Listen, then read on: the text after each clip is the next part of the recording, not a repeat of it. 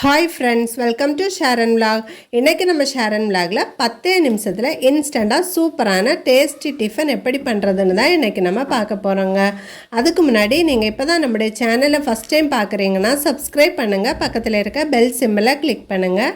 அப்போ தான் நான் போடுற எல்லா வீடியோக்களும் உங்களுக்கு நோட்டிஃபிகேஷனாக வந்து சேரும். இப்போ வாங்க எப்படி செய்கிறதுன்னு பார்க்கலாம். இப்போ இந்த டிஃபன் பண்ணுறதுக்கு ஒரு மிக்சிங் பவுல் எடுத்துக்கலாங்க. இதில் 1 கப் அளவு கோதுமை மாவு எடுத்துக்கலாம். இது கூடவே அரை டீஸ்பூன் உப்பு, 1/4 டீஸ்பூன் மஞ்சள் தூள் சேர்த்துட்டு இதை நம்ம ஒரு தடவை நல்லா கலந்து விட்டுக்கலாம்.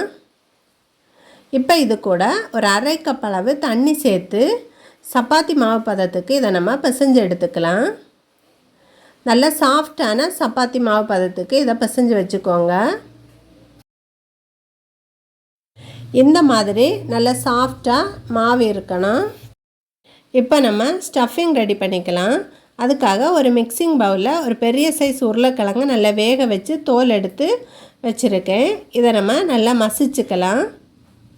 கட்டி எதுவும் இல்லாமல் நல்லா மசிச்சு எடுத்துக்கோங்க. இப்போ இது கூட ஒரு பெரிய வெங்காயத்தை பொடியாக நறுக்கி நம்ம இதில் சேர்த்துடலாம். கூடவே பொடியாக நறுக்கின 2 பச்சை மிளகாய், கொஞ்சமாக பொடியாக நறுக்கின கருவேப்பிலையை இதில் நம்ம சேர்த்துடலாம். நீங்கள் மல்லி இலை இருந்துச்சுன்னா அதையும் இதில் சேர்த்துக்கலாம். அடுத்து ஒரு அரை டீஸ்பூன் இஞ்சி பூண்டு விழுது, தேவையான அளவு உப்பு சேர்த்துக்கலாம். சேர்த்துட்டு இதை எல்லாத்தையும் நம்ம ஒரு தடவை கலந்துக்கலாம். இப்போ இது கூட 1/4 டீஸ்பூன் மஞ்சள் தூள், அரை டீஸ்பூன் கரம் மசாலா இதையும் சேர்த்துட்டு நல்லா கலந்து விட்டுக்கலாம். இப்போ நமக்கு ஸ்டஃபிங் மசாலா ரெடி ஆகிடுச்சு. இது கூட நீங்கள் விருப்பப்பட்டீங்கன்னா உங்களுக்கு பிடிச்ச வெஜிடபிள்ஸ் கூட இதில் சேர்த்துக்கலாங்க. கேரட், முட்டைகோஸ் துருவல், பட்டாணி இதெல்லாம் சேர்த்திங்கன்னா இன்னுமே ரொம்ப டேஸ்டியாக இருக்கும், ரொம்ப ஹெல்த்தியாகவும் இருக்கும்.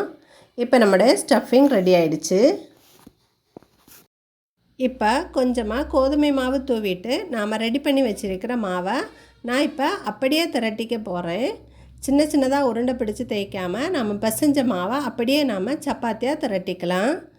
கொஞ்சம் திக்னஸாக திரட்டிக்கோங்க, ரொம்ப மெல்லிஸாக வேண்டாம். இந்த மாதிரி திரட்டி எடுத்துக்கோங்க. நாம் திக்னஸாக திரட்டினா தான் நமக்கு அந்த ஸ்டஃபிங் வெளியில் வராமல் இருக்கும். இப்போ இதுக்கு நடுவில் நாம் ரெடி பண்ணி வச்சுருக்கிற அந்த ஸ்டஃபிங் மசாலாவை வச்சுக்கலாம். ஸ்டஃபிங் மசாலா எல்லாத்தையுமே இதில் வச்சுக்கோங்க. சைடில் கொஞ்சமாக இடம் விட்டு இந்த மாதிரி மசாலாவை பரத்திக்கோங்க. இப்போ இந்த மாதிரி ரோல் பண்ணிகிட்டே வரலாம்.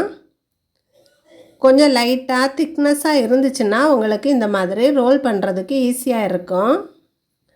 ஃபுல்லாக இந்த மாதிரி ரோல் பண்ணி வச்சுருங்க. ரோல் பண்ணிவிட்டு சைடில் மடித்து விட்டுருங்க. ஸ்டஃபிங் வெளியில் வராத மாதிரி மடித்து விட்டுருங்க. 2 சைடுலேயும் இந்த மாதிரி மடித்து விடுங்க. இப்போ நாம் இதை கத்தி வச்சு பீஸஸாக கட் பண்ணிக்கலாங்க. ஒரு 2 இன்ச் அளவுக்கு இதை கட் பண்ணிக்கோங்க. எனக்கு இதில் ஒரு 10 பீஸ் வந்துச்சுங்க. இப்போது நம்ம எல்லாத்தையும் கட் பண்ணியாச்சு.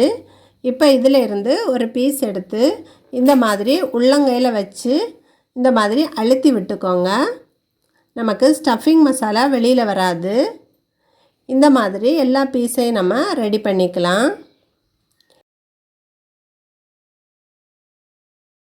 சப்பாத்தி கட்டை வச்சு தேய்க்கணும்னு அவசியம் இல்லைங்க.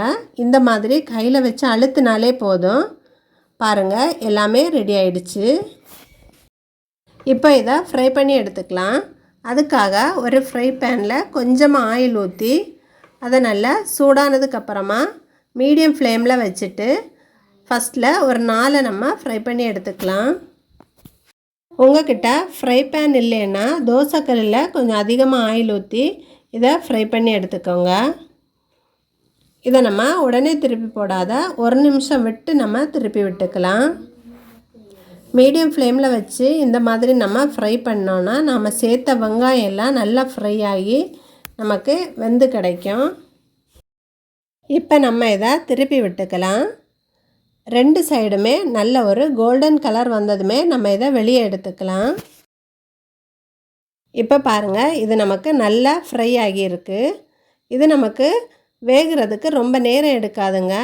நமக்கு ஏற்கனவே உருளைக்கிழங்கு வேக வச்சு சேர்த்ததால் நமக்கு இது சீக்கிரமாகவே வெந்து கிடைக்கும்.